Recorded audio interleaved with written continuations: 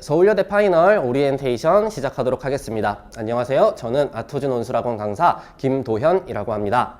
자, 이제 학생 여러분들 서울여대 논제 본격적으로 풀어보기 전에 간단하게 주의할 부분들에 대해서 짚고 넘어가도록 할게요. 자, 서울여대 유형입니다. 첫 번째 주목해야 될 부분은 시간. 왜 그래? 보통 이제 서울여대 같은 경우는 시간 얘기하기 전에 문제수부터 얘기하도록 하자. 문제수 같은 경우는 두 문제를 풀어요. 자, 근데 두 문제 푸는 학교들이 몇 군데 있어. 건국대 같은 경우 이제 두 문제, 경희대 인문계열 같은 경우 두 문제, 서강대 같은 경우도 두 문제. 근데 이제 건국대나 서강대 같은 경우는 100분 주는 편이고 경희대는 2시간 주지. 두 문제인데도 불구하고. 자, 근데 서울여대 같은 경우는 몇 분 준다고 알고 있어요? 90분이죠.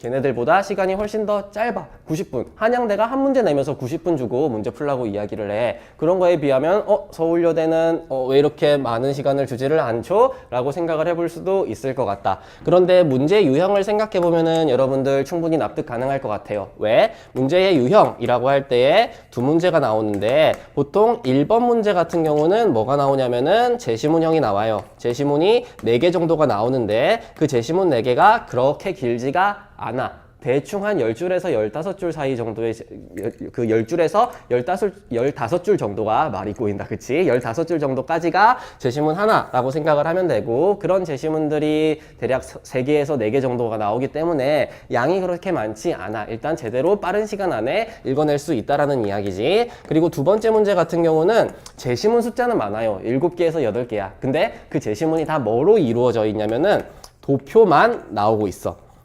그렇기 때문에 도표형 문제다 라고 얘기할 수가 있겠지. 자, 그래도 도표이기 때문에 어때? 숫자들 간의 관계를 빠르게 읽어내면 되기 때문에 딱히 뭐 긴 시간이 걸리지는 않을 거다라고 생각을 할 수가 있어요. 그렇기 때문에 일단 제시문형, 도표형으로 이루어져 있고 빠르게 읽어낼 수 있는 도표, 그리고 길지 않은 제시문이기 때문에 90분의 시간이 주어진다라고 생각을 해주면 되겠죠. 무슨 말인지는 아시겠죠? 자, 제시문형인데 서울여대 같은 경우는 되게 문제를 여러분들이 읽기 편하게 내주고 있어. 그게 무슨 말이냐면은 요게 제시문형 문제에서 우리가 따라가야 될 어떤 기존 틀이 확실하게 있다라는 이야기지. 예를 들어서 문제가 이렇게 나와. 가와 나를 비교를 하고 이거의 입장에서 다를 설명한 다음에